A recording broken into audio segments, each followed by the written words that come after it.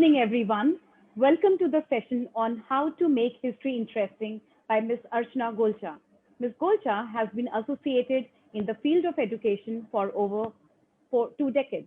She is a gold medalist in mass communication and has worked both with print and electronic media. She's a huge advocate of inclusive education as she is a special educator herself. As a teacher, she has twice bagged award for the best teacher at the prestigious Jain International School, Nagpur. Ms. Golcha has been teaching English and social studies in secondary classes. She has been a resource person for CBSE training programs and is a master trainer herself. She has also been an observer appointed by CBSE for JEE NEET examinations across the country. It's a pleasure to have Ms. Golcha here with us this evening, and I would now request her to take the session forward. Over to you, Ms. Golcha. Thank you so much, Nidhi ma'am. And it was very nice listening to my own self from someone else. Welcome to all the viewers, participants, my dear educators. And I'm so happy that you are with me today on the topic, how to make history interesting. I have been a teacher of history since n number of years, and I really enjoyed myself teaching this subject. So I think I'm not the wrong person to take up this topic. And there are so many concepts and ideas that I have in mind. Some of them I have tried to incorporate in the presentation. So I think we can start. Nidhi ma'am, can I start? Yes, ma'am, you could begin. Okay. Thank you so much. So how to make history interesting? There's a quote here: those who do not remember the past are condemned to repeat it. Now, let's try to analyze what the statement means and why I have introduced here on the first slide.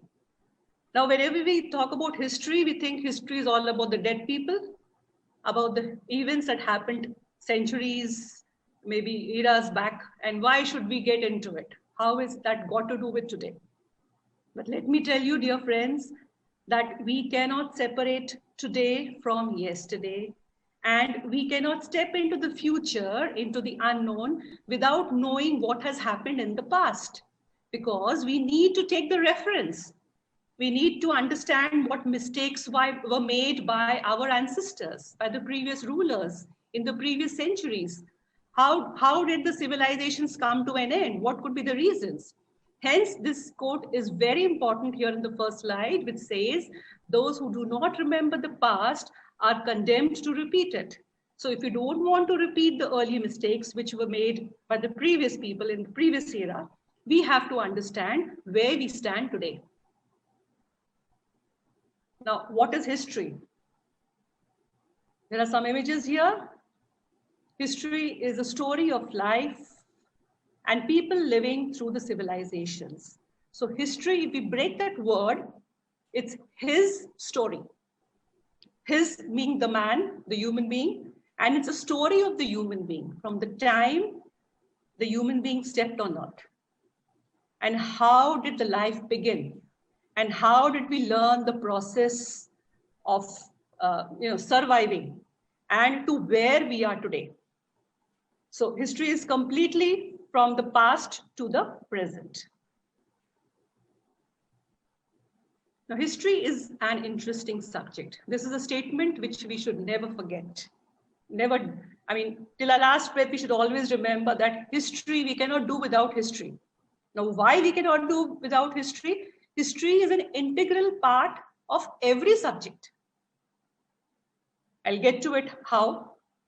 First, let me just read what's here. History is a record of mankind's journey from the time they appeared on earth, fought wars for kingdoms, and ushered in that age of technology. If you see the image at the bottom, you'll see that first we were on the all fours. We were very less like a human being, more like an animal, and how we have survived and reached where we are today. We call ourselves modern. We call ourselves as the new age person. So how did we go through this journey? To understand all this, we need to study history. So, like I said, history is actually into each and every subject. How is that possible? Let's take a few examples. A teacher of physics is teaching about the Archimedes principle. And how did Archimedes shout Eureka? What was the principle of buoyancy? How was it that it came into existence? The teacher cannot start that topic in isolation. The teacher has to go back into the history of Archimedes, has to tell the story of Archimedes. What was the situation? Which country did he belong to? How was the culture at that time? Another example, if the teacher wants to teach a topic that is the Newton's law of gravitational force, what was the situation in which Newton was sitting under the tree, an apple tree, and the apple hit his head?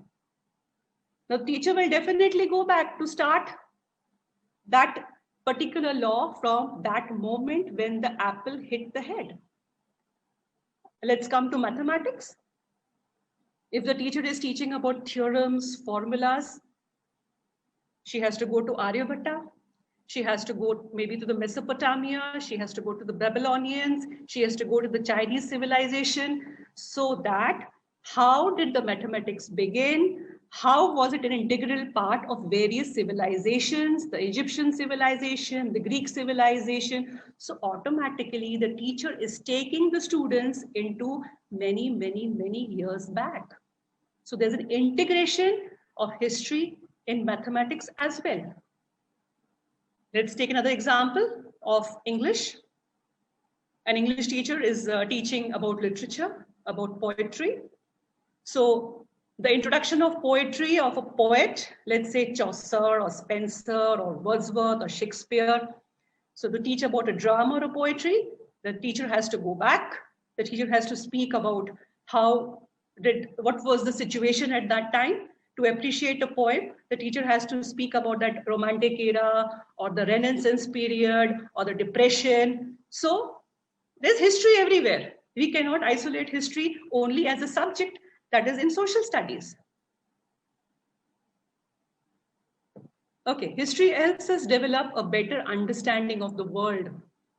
So you cannot say that history is just about civilizations or society, about government. It's an amalgamation of everything. And we generally use the term that history repeats itself. Things that happened in the past comes back. Now, what happened yesterday will somehow jot down into today. We will take today's example and move into tomorrow. So when we study history, when we teach history, we need to understand that it is a continuous process. It's going from the past into today.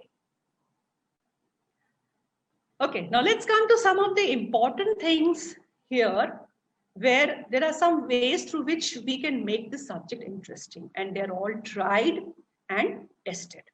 So my dear educators, I want you to pay attention to these points. There would be many of these points which you are already using. They are success stories in your classroom. I may be able to add some more points. And when we will have that interactive part, maybe you can also add to it. So my next presentation, I will add some of your ideas too. Now, like I said, history is about story. So whenever we begin a topic of history, we need to remember that we have to start with the storytelling. So we may not remember all the maths formulae or the science stuff that school has taught us, but we generally remember the classic childhood stories that our teachers taught us, or which we read in the library period, or which was shown in the DVD or through a video, or the Mahabharata and the Ramayana, which we are watching as the popular serials on the television. So if we consider that history is a story, and we know that children love stories, why do not we begin every topic through a story?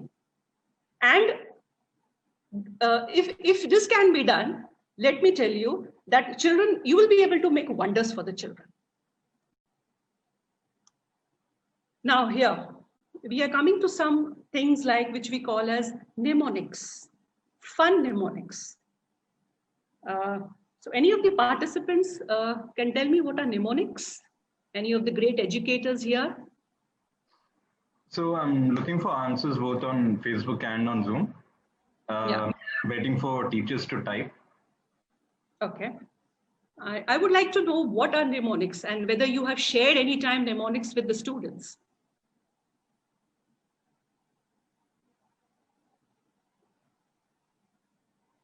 Looking for answers. Easy way of remembering names. Right. Rishi ma'am, Uma ma'am says abbreviations.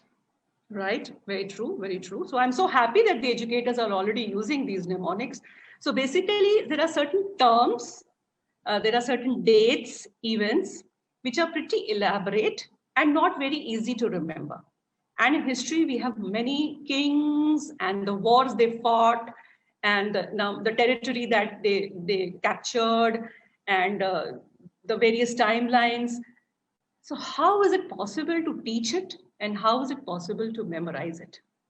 And that is where the subject suffers, because the children start isolating the subject. They start saying that why should we study about the past? Why do we need to study what the rulers have done?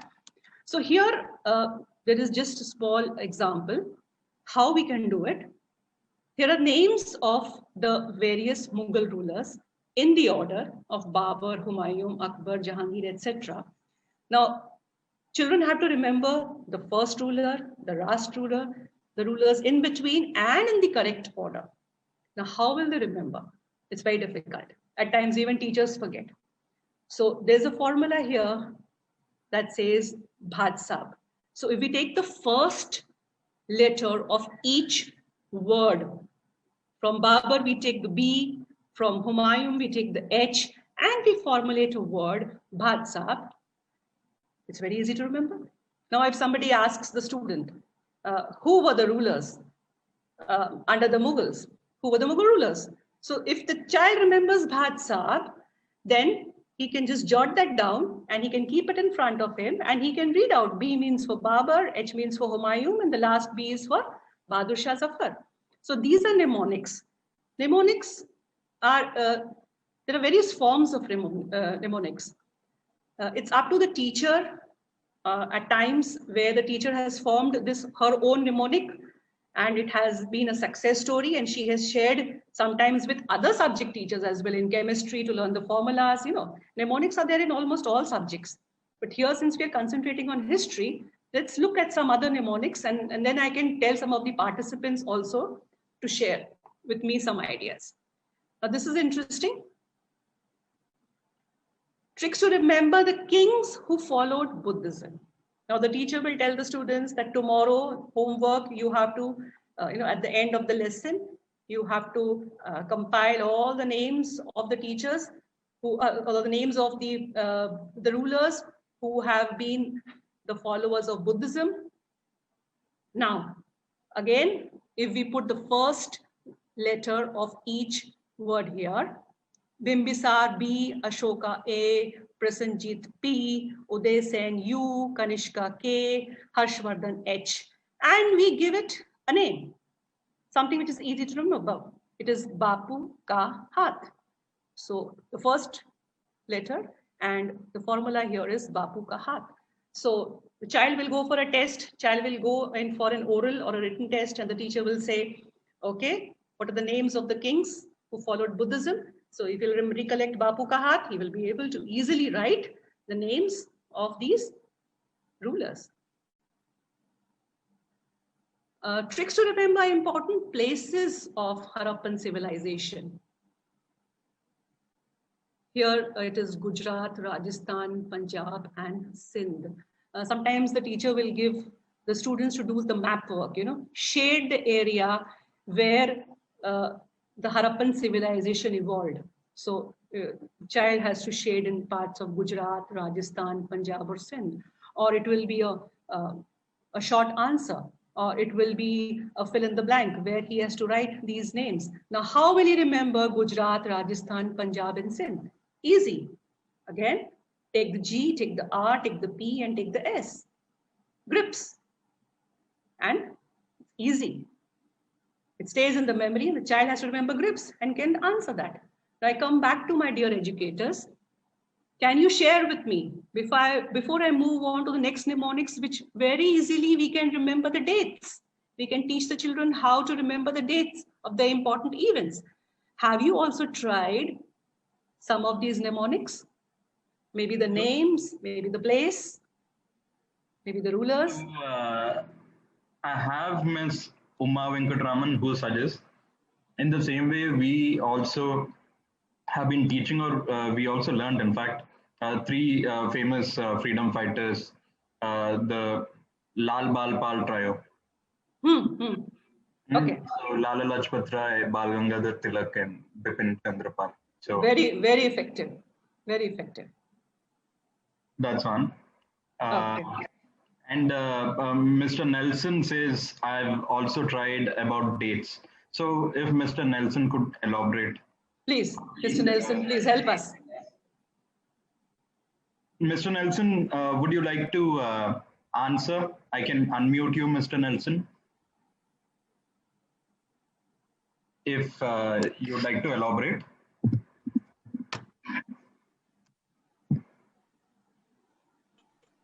Hello, like 1526.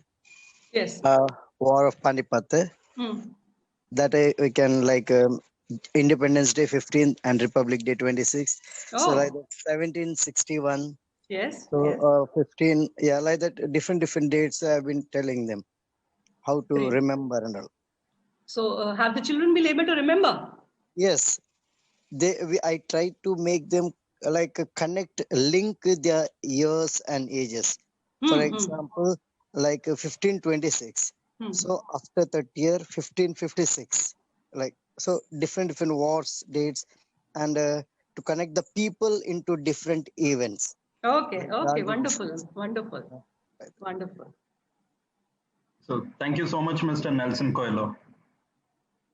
Yes, ma'am. Over to you again. Yes. Now we are on the most difficult part of history, and the part which is disliked by all, I should say, is to remember the dates, the year, and the event connected with it. So one very, very easy formula is right there in front of everyone. And I hope all the history teachers might have used it sometime. So I'll just explain it to you. If we write numbers 1 to 10, 10 we take it as 0.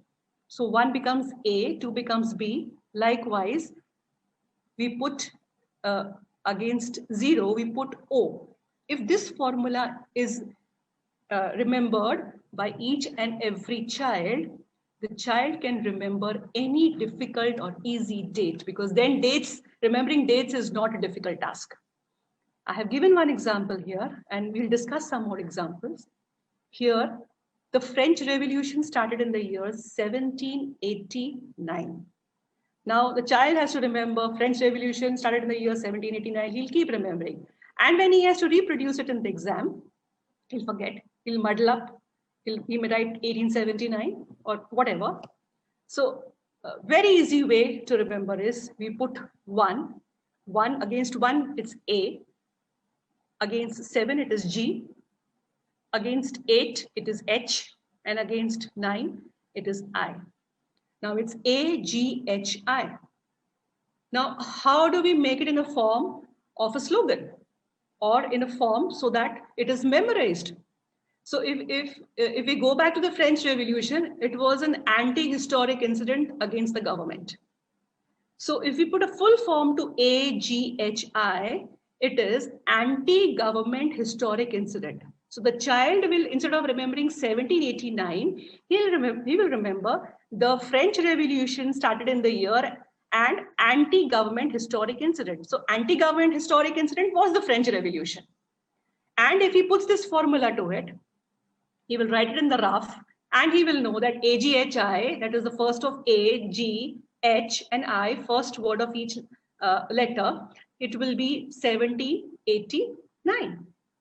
So this is a simple and interesting manner through which dates can be learned. Now, one here is the Quit India movement. This is as an exercise which we all can try. The Quit India movement started in the year 1942. So if we go by this formula, A, I, D, and B, we have 4 letters here, A, I, D, and B. So A is 1, that is 1. 19 ka 9 is I, 4 is D, and B is 2. Now, what can we make up? What story can we make, or what slogan can we make of this 1942, that is the Quit India movement? Now, tell the children to think. Tell the children to think what happened in the Quit India movement. What was it?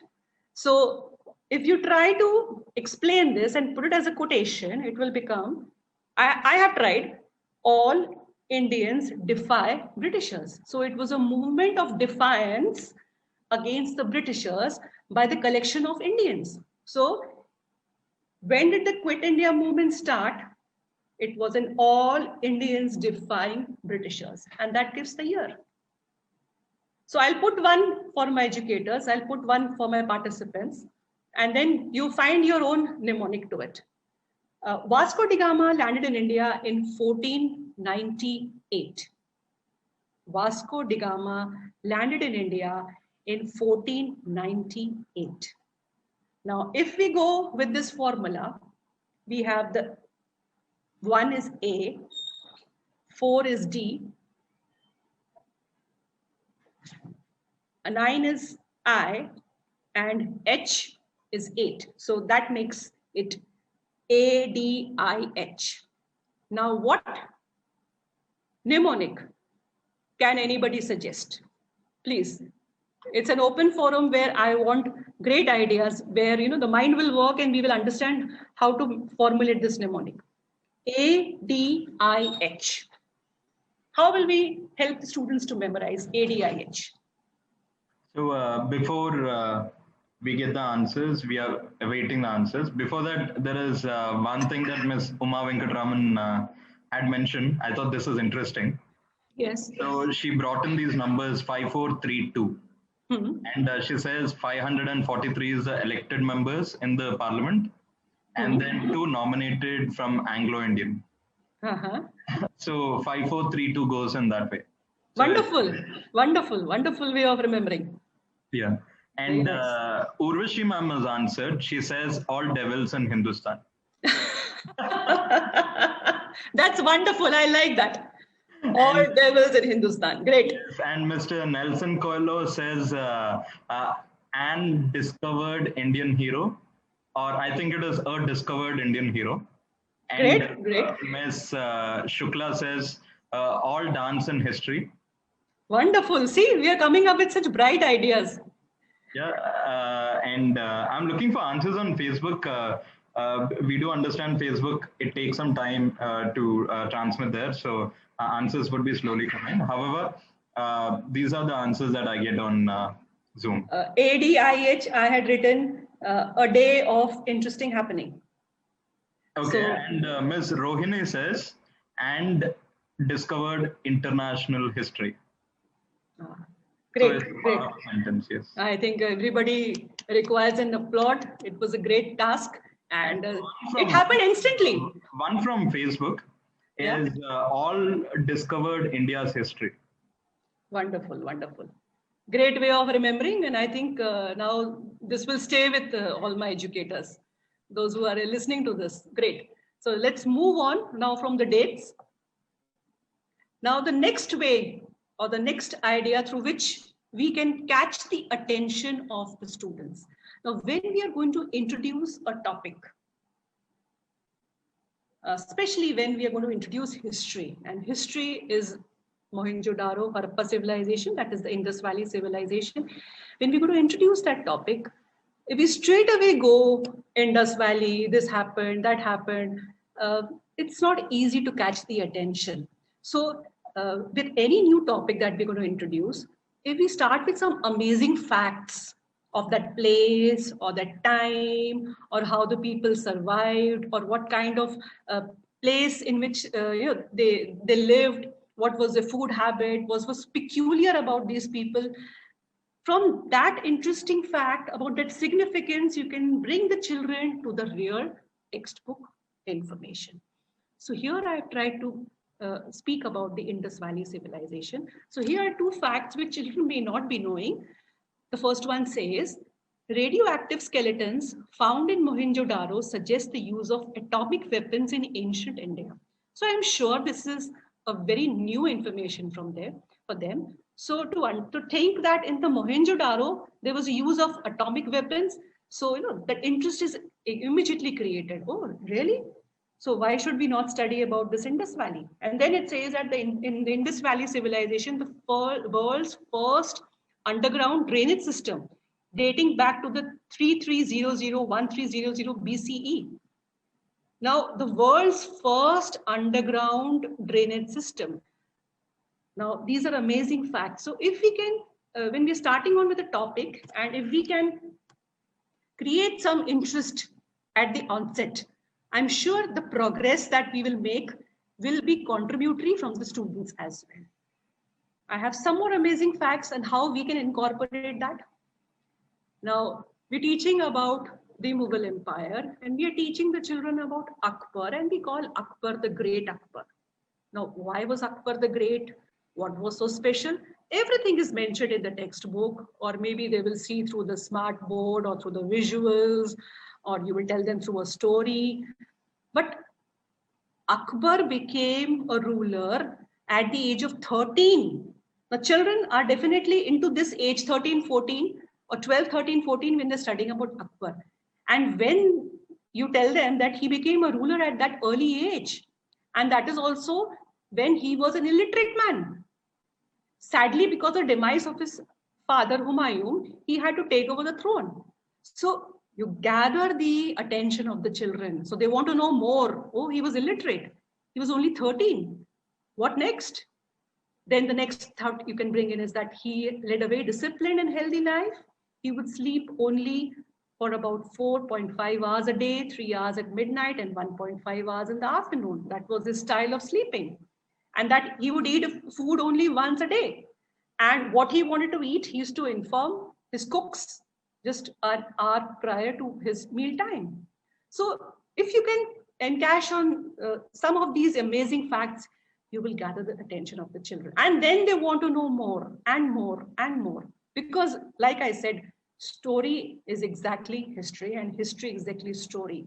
The more stories you will bring of Akbar, the more you will be able to explain to the children what was his greatness. And then you can come to his religion, his universal religion, his patronage for various religions, etc., etc. Now we're coming to some strategies, how we are going to make our subject more enriching. Use visual aids to aid your teaching. Now, what is the advantage of visual media? The visual media will bring pictures, movies, documentaries. Now, if you're talking about Rani Lakshmi Bai and you're going to show a visual about her, and in that you can tell the story about her, they may not even require the book. And let me tell you, educators, please avoid taking books, textbooks in your class. Please avoid that. Because the burden of the book is more into the head of the children than in the hands, your own hands. So make visual media to teach your topics. Present the battle scenes in the present time. So you create those live characters in the classroom. You say, okay, you become so-and-so character. You are Rani Lakshmi Bai, you are Tandya Tope, you are so-and-so. Now you are making a strategy that you are going to attack the Britishers. Now, what kind of strategy? So now they will conspire and they will come out with some ideas, and then you can tell them what is actually happened in the real. So role play is very effective in history, and children love to enact the important characters in classroom. Introduce some drama to your lessons. All these 3 points are interrelated. Use visuals, use the present scene in the classroom, and use some drama. Because children are going to love that. And let me tell you, when the bell will ring, the period will finish, they will feel sorry. Please, can you extend? Ma'am, can you take one more period? I have experienced it. Ma'am, next period is library. Can you please continue with that story? Can you show us more aids? Can you show us the movie on it? Children will love it. Treat history as if it were an ongoing news story. Now, how can we make history an ongoing news story? Yes, my dear educators, some tried and tested formulas. How can history be incorporated in the real today?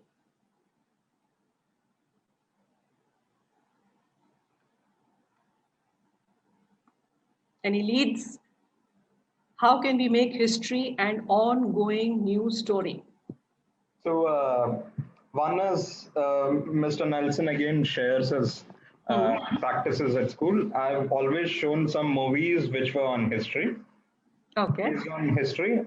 Then there is one interesting thought that Ms. Uma says. She, one second,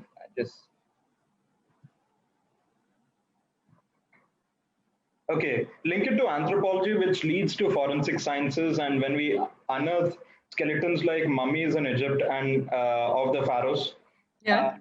In fact, recently, there was a discovery and also the display of about 56 newly found mummies. Okay. So these are certain interesting things. Then I have always shown movies. Yes. Then role play with dialogues is what Rawat says. Movies, fictional books, and historical background.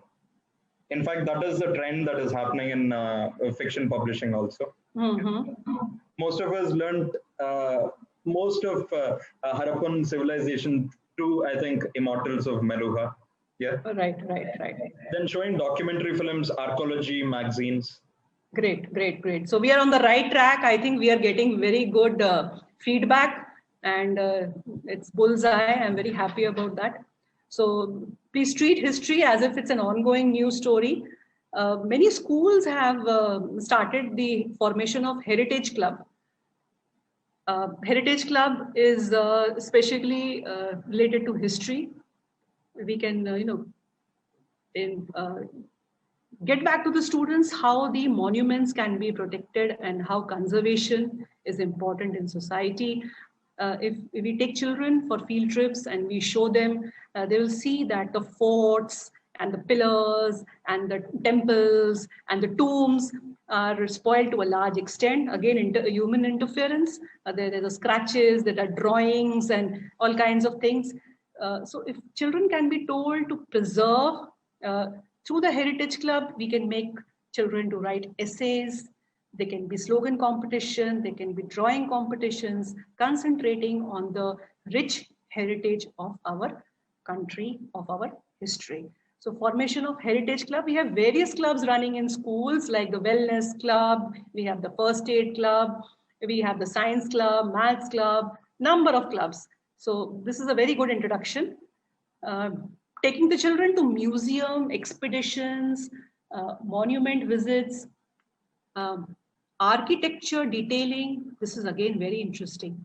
If fortunately you're living in a place where you have a lot of these kind of, old stuff, historical city, then it's really enjoyable.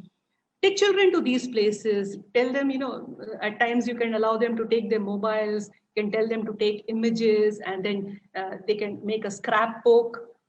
You can tell them to give, take a photo and photo caption. So through the field trip, children love to go on field trips, and you can revive our heritage through these field trips. Create a resource room. Now, this is something which, again, certain schools are doing. Some of the schools where I have worked with, we have introduced the resource room. Resource room is like, you can say, a lab. Like we have, physics, chemistry, bio, these are mandatory in school. Maths lab, again, mandatory in school. But we do not have a social science lab. Very commonly, we will not find a social science lab. And if the whole thing is beautified and created by the students themselves, it'll be a very wonderful place. Now, what can we create in a resource room? What all can we keep in a resource room? What kind of work can we make the students to do? So some of the ideas are like models of the monuments, forts. We can have collection of books on historians, some books on quotations of historians, portraits of leaders, library of historical movies, dynasty timelines, some charts, some maps, and everything is beautifully displayed. children can walk through it. So if you can create a complete, so let's say we're talking about the Stone Age. If we can create that complete time, how things looked like, how did the people live in the caves, how was the cave paintings, how did the people, what kind of weapons they made, what were the tools they used. And then you can create the important phases or the important timelines in history. And it could be a lovely walkthrough in that resource room. Even if it's a small room, maybe part of the corridor also can be used up. This is something which I would really advocate. You have to take the children outside the classroom. You have to bring alive every corner, every tree, every wall, gate in the school. An escape area is required.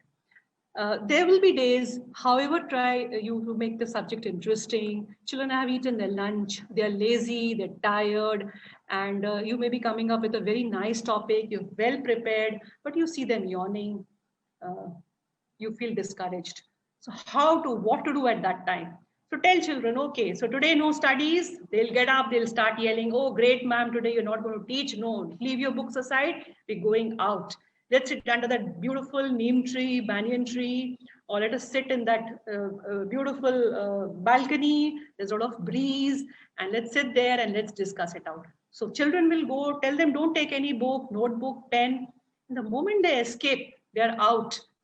The studies leave their mind, and then slowly, you can bring them to something. You can tell them to create something. You can give them paper. You can tell them, okay, let's play this game. And then you can introduce to some scavenger hunt, or you can tell them to have some quiz, something, in the open, because children love to leave the four walls and one roof.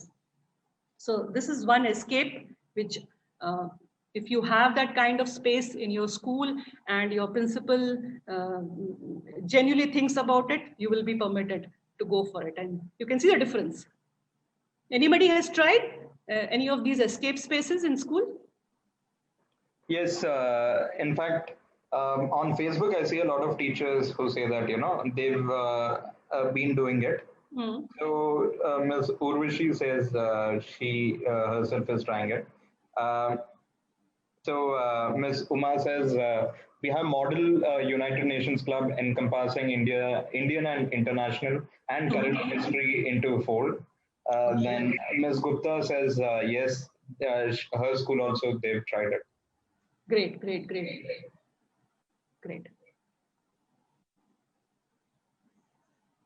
Awesome ways which continues to make the subject interesting. Be a reporter. Now, there's an image here which shows that there's a kid sitting and there's a gentleman. Now you can pick up two children. You can create one as a revolutionary or a freedom fighter, let's say Rani Lakshmi Bai, or we can say, you can create the era of the saints and the Sufi movement. So you can make Mirabai, or you can make Guru Nanak Dev, and you can make a child as a reporter. So once you have studied the biography through the teacher of this important revolutionary or a saint or any important character of history, you can tell this student to interview. Children love this theme of interview because they feel it's very important. Interview means you're a big man, you're a journalist, you're a reporter. So you can tell the children to prepare some questions, and this person who is going to give the answers is a person who can speak well. So this interaction is very effective in a class. So this is one way of making the subject interesting. Be a reporter. Hand the teaching part over to students. Teachers don't want to leave the teaching part. They want to be the center of attraction, and the children right there in front switch over the role. At times, on a certain day, either you prepare the children beforehand that yes, you will be presenting and I will be sitting and being the moderator, or just an observer, or it can be on the spur of the moment. You have taught them a topic, you have taken the revision, so now you want to know how much they have understood. So you sit down in their place, formulate groups, give the groups historical names, and tell the children to make their own names. They will come up with very interesting names, and then tell them to give a presentation. And that presentation should be teaching. So the group or a pair or an individual can do great into teaching. And you'll be surprised with the kind of, the artwork or the chart paper or the PPT. Nowadays, PPT is very, very popular. Children will come up with PPT presentations and they will take over.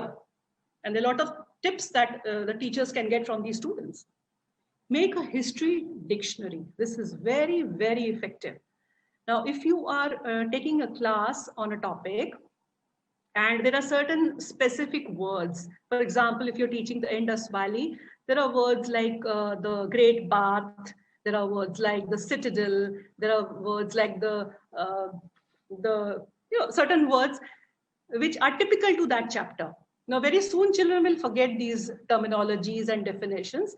So you can tell children to make a booklet, and in that for every chapter, they will create a dictionary. So they will write the word citadel and next to it that they will write the meaning fort. And if they are good at it, they can even draw an image or just scribble something. So likewise, at the end of the lesson, you have the important terminologies. And when the class finishes, I mean that, let's say it's standard 7 or standard 8, when you have finished the class, the academic year has ended. You can imagine how enriching and valuable that history dictionary would be, because it has got all the classic terms there with the meaning. So these are some ways through which you can involve children. Being a reporter, the student is doing it. Teaching part, hand over to students. Again, it is student-centered. We know that education now is not teacher-centered, it is student-centered. So give them the onus, give them the confidence to come up with these great ideas. Some more ideas here. Incorporate mystery into your lessons. Now, before I come up with a very wonderful example, can I get some speakers here who would like to bring in some ideas here, how to incorporate mystery into your lessons? Absolutely. So I request teachers, whosoever would like to answer ma'am's question, to show up your hand, and then we'd be happy to unmute you. If anyone would like to volunteer, because I see a lot of comments, a lot of thoughts being shared in the chat, and I think quite a few teachers would be interested. So, or you could mention your name in chat, and I'd be happy to unmute you. Yes, please. Anyone? Okay. Did I ideas? Not any name as of now. So okay. I'll move on. I'll give one example here. How to incorporate mystery. Now we teach children about archaeology, a very important part of history. How did the archaeologists dig inside the graves, inside the important archaeological sites, and come up with, we should not talk only about bones and skeletons. They have come up with coins, they have come up with some pottery, they have come up with some statues. So through those things, we have been able to understand about that time period. We have been able to assemble those things, those artifacts, and we have understood how creative, what kind of metals were used, what kind of even, fossils. So through all these kind of things, we have been able to unravel the mysteries of history. Now, one example which the educators can try and help the students to do is how to take over as an archaeologist. So you please take over one, shoebox, a box which you go in a shop and you purchase branded shoes or newly sandals or something, a big shoebox. You tell the children to bring a shoebox in the classroom and some either hay or straw or strips of newspaper, something, which is which doesn't hurt the children and which is very soft. So, and you tell them to come with some photographs. Now, these photographs will be of the various generations. It will start with the oldest generation in the family. It could be their great-grandparents. It could be their the photographs of their parents. Then their ancestors as old as could be till the present time. And you develop those photographs, the parents can help them to remove from the old albums, and children can bring those. And what can be done is, you can take that shoe box, you can put some layer of hay at the bottom and place the oldest photographs which you have brought from your home. Maybe your great grandparents, some childhood photograph or their wedding photograph, or when first they went, for a boat ride or something. Place the old black and white photographs at the bottom. Put some hay or put some strips of newspaper. Take the second set of photographs. Again, some straw or some newspaper, and then third and fourth. So as many layers that you can make, that is as many generations, and from the old to the new. So right on top, you can put the newest photographs, the latest ones. And then you cover the box and tell each child to bring that mystery box. So that's a mystery box. And when they bring it to the classroom, tell them to place it on the table, and they can even exchange. If they're sitting in pairs, tell them to exchange, and then open that mystery box. Take the role of the archaeologist and unearth one by one the first layer, and then the bottom layer, and up to the lowest bottom. So what do they find? They find that there's a mystery in history. It started from this age, from this era, from this date, and ended to this. So this is something which I tried once in my classroom, and I found that children love this activity. So you have to find ways through which mystery can be incorporated in your lessons. The next one is never enter a class without an aid. Now, very recently, definitely we don't have the classrooms because we're having online classes. But till the last that you remember that you have taught in the classroom, I generally find that social studies teacher may go with a globe, may go with a map, but other than that, very rarely with a social studies teacher will go and enter a class with an aid. Remember, if you go minus the textbook, but even with a small model in your hand, children's eyes will not be looking at you, their eyes will be looking at that model, and they'll be waiting that what is the teacher going to explain through that aid, what is there inside, why this color is there, what is it made of. So try to be more innovative through aids. Create classroom games. This is what I just told you, old shoebox activity. This can be a classroom game. You can try some jigsaw puzzles, some quiz. Be a subject enthusiast yourself. This is very important for all social science teachers, that you have to love your subject. You have to have maximum knowledge and information about your subject, because children are not going to ask you as much as it is there in the book. Remember, today's children are very smart. Very, very smart. They're reading, they're seeing the Discovery Channel, they're seeing n number of videos, and they know much more than you. So don't look foolish in front of them by giving them the wrong information or telling them, I don't know. So best is to enrich yourself. So love your subject, automatically you will read and learn as much as possible. Use technology, very important, because children today love technology, and again I say they are better off than we are by using the best of technological aids, gadgets. So please use technology, show them movies, videos, and they love you for that.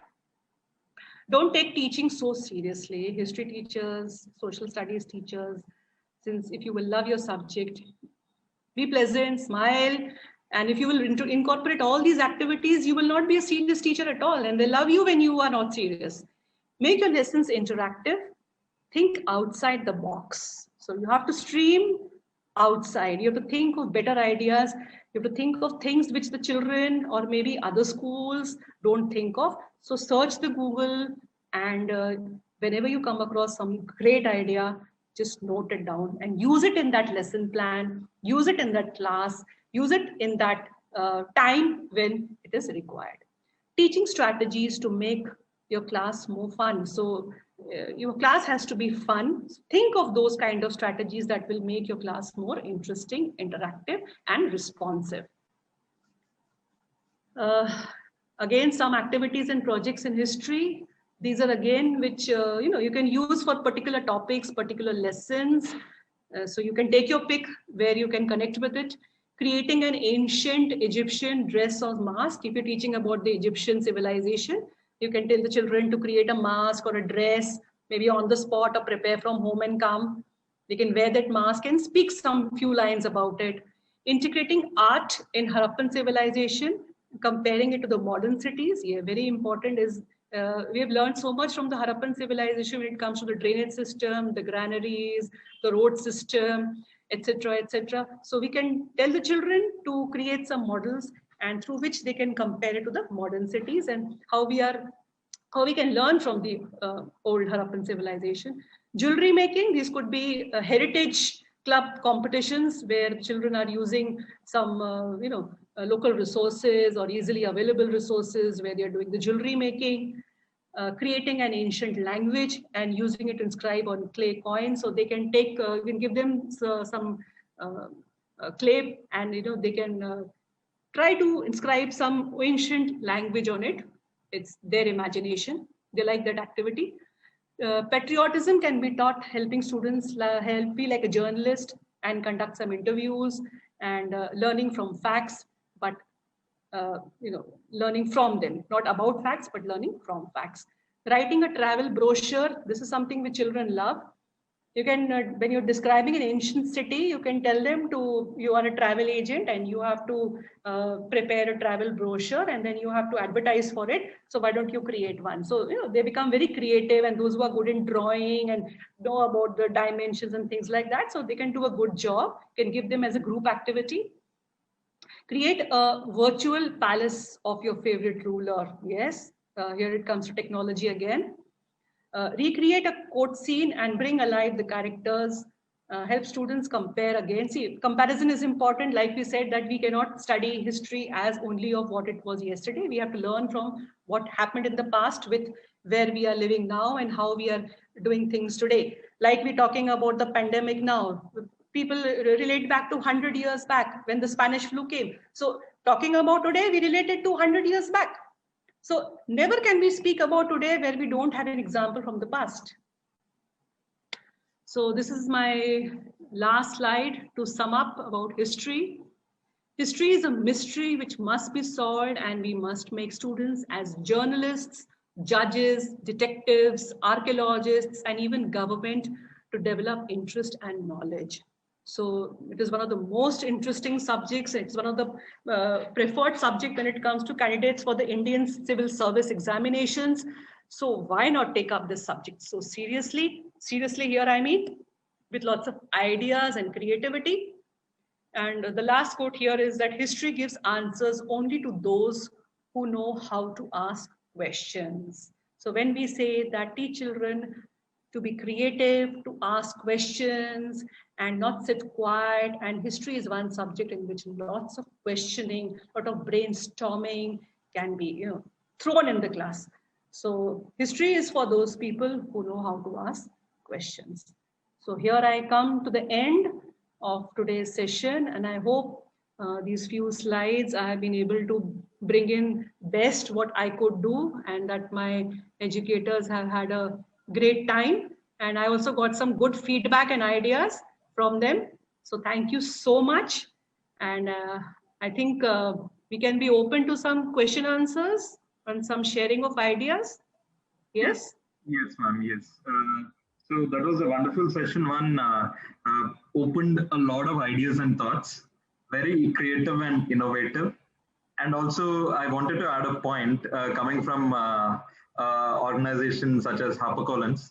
I think understanding history also gives you that edge into writing. A lot of writers also can be historians, and historians also can be great writers. Right. Shashi Tharoor himself. So that's wonderful. So we have some teachers asking us questions. So yes. This is the first question that we got on Facebook. So the question is, some students are not able to elaborate the long answers. Is there any easy way out for them? Yes, there is an easy way, is make the answers in the form of a story. They will be able to put it in their own words. What we try to emphasize is that we want the answers exactly as it is given in the book.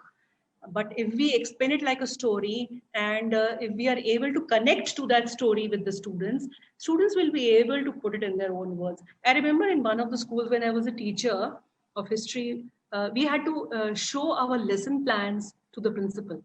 And the principal used to check the lesson plans, and in that we had to, we mark the answers, how lengthy the answers are going to be. And when I used to mark my answers, my principal used to strike it off. She says, no child can write such big answers. I used to say, ma'am, I'm sure my children can do it. I have that confidence in them. She says, how? And she knew that I was popular with the children because of all these creative things that I used to do. So I told her, you leave it to me, ma'am. So I remember I used to make them enjoy the subject. Make them enjoy the subject because I love that subject. If I myself do not love that subject, I will just throw in whatever is there in the book.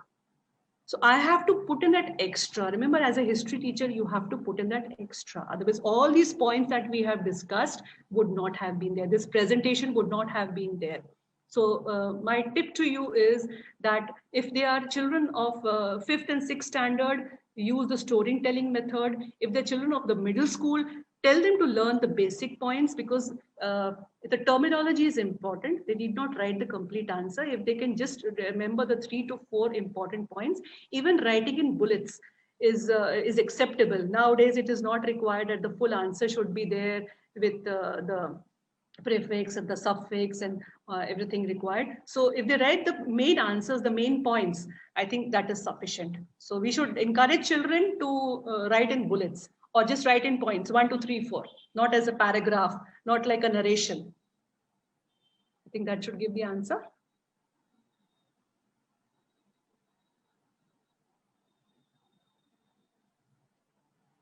Hello?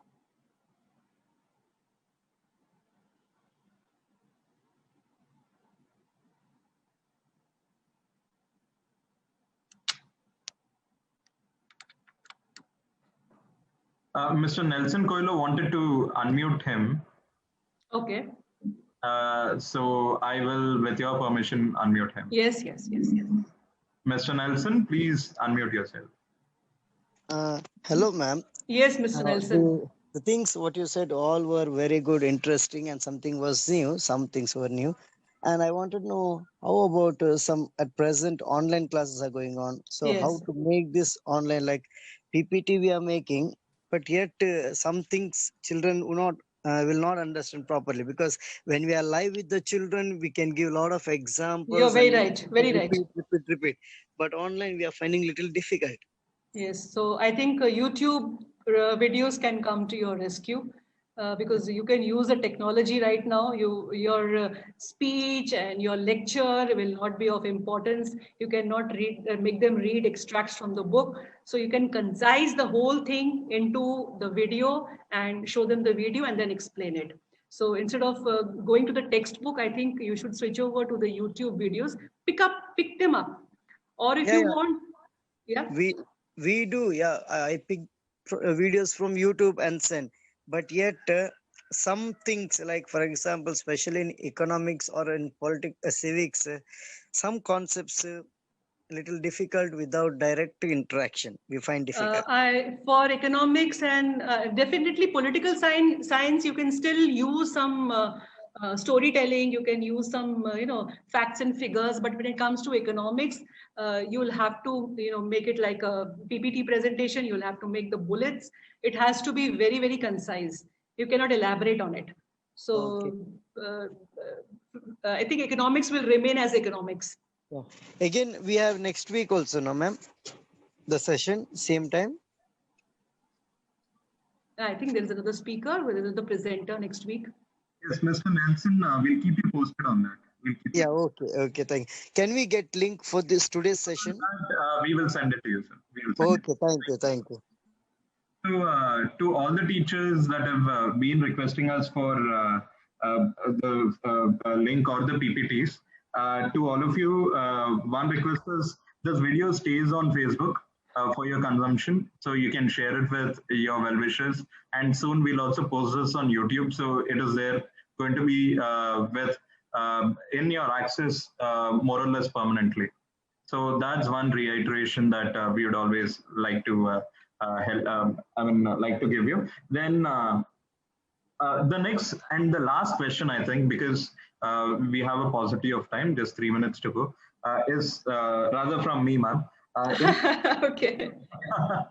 In this age of misinformation and disinformation, and fake information. And fake information. There are two schools of thought that are happening. One is a WhatsApp school of information or misinformation, and the second is a Wikipedia. Right? Right. As a teacher from the social sciences background, what would you suggest to all the teachers here with us in the teaching from the teaching fraternity? Are you talking about the teaching part, or are you talking basically about information? I'm talking about information and teaching, ma'am, because now it is all online classes. Isn't it? So many teachers would like to take content from Wikipedia, and they might believe that the content is perhaps the truth without checking for facts, and that can go into PPTs. Right. Yes. So I think when you come to the, like you said, the Wikipedia, or you're taking it from the internet, so definitely you need to refer it to the books, because your books will always remain handy. So whenever you're posting something, they're giving some statistics, some facts, figures, some names. So you need to refer to your reference books, and you need to, before you put it to the students, you need to check that it is correct. Just, because we are very easily and conveniently sharing videos, very conveniently. Like I just spoke to Mr. Nelson that you can share YouTube videos, but many times we do not know the content of the videos, or we may just see the beginning of the video. We do not know what is in the middle or at the end of the video. How is it beneficial for the students, or is it, inciting the students? So what I suggest is that before you post anything to the students, you need to check the video completely. And if you have a doubt, you need to check into your reference books, because books are not fake. And since n number of years, we have been teaching through books. So, and anything which is new, I think we need to first consider it. Not get excited that I've got something new, something interesting, so I must send it to the students. And I think presently, in the present situation where more of the misleading ideas and videos are there, we should not rely on them. There are some sites which are reliable, so I think we should concentrate more on them. Possible, there's a teacher who is asking, could you suggest some more reliable books? Your school library, your resource, your best resource is your school library. Reference books are the best books. Remember, a couple of years before we had the technology in hand, we had the digital boards. How did we give in the extra information to the students? How did we get ourselves prepared to enter a classroom? We used to read not only from the textbook, we used to keep 4 to 5 reference books. We used to jot down, make our notes, and then enter a classroom. So I think right now the book as a library is the best way of making sure that we are enriching ourselves through that. So we need to prepare ourselves through that. Books. Okay. And I'm really sorry, but I think I should take this question, and that I promise will be the last question. Yeah, ma'am, is it possible to disassociate memorization from teaching history? This is a question from Ms. Shubha, and I'm sure all teachers would want you to answer this. No, you can't. You can't, because there are so many things that you have to remember, but then everything need not be memorized. If there are 100 dates, we do not expect all children to remember the 100 dates and the events and the people, everything. So we need to understand that what is the capacity of the child, what is the age group of the child, what is the concentration level of the child, and the child is not only studying history, he's studying other subjects as well. So we should not, he's learning formulas, he's learning theorems, he's learning number of other things in other subjects also. So we should limit the amount of work which we are giving it to the students. And as we know that the new education policy speaks about being child-centered, child-friendly. So we have to give things to the child which the child is comfortable with, not which we are comfortable with. Earlier, history and social science meant writing pages and pages and pages. I remember when I was a student, I was told as much as you will write, the number of supplements that you will write, that much marks you will get. But that concept has changed from many years. When we are preparing children for the board exams, we are telling children that only write in points. You will get marks, because the marking scheme is giving us the answers. And when we see the marking scheme getting from the board, we are telling the children to write in those ways. So their memorizing is to the minimum. So please do not tell children to write and get muddled about it. So minimum of writing. Point-wise, they're able to recollect also. And then we did discuss about the mnemonics. So important dates and events can be remembered through mnemonics. So thank you so much, ma'am, for a wonderful session. And what a start for a session on social studies. And I think today with that, we made history. Yeah, I think we did. We got some active participants. Yes. And very good ideas, and you were able to read some of the messages. That I'm very happy that teachers are using these in the existing scenario as well.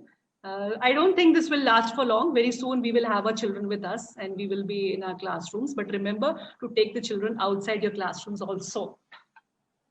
We are living the history. Yeah. Last pandemic came about 100 years back. We didn't touch India. Right. We are living the history. So thank you so much for a wonderful session, and wish you all the teachers a happy week ahead, and please stay safe. Thank you so much. Thank you. Thanks to Collins. Thanks so much giving me this opportunity and bringing under one platform the great people and with one mindset to make history interesting. Thank you. Thank you and goodbye and have a great day.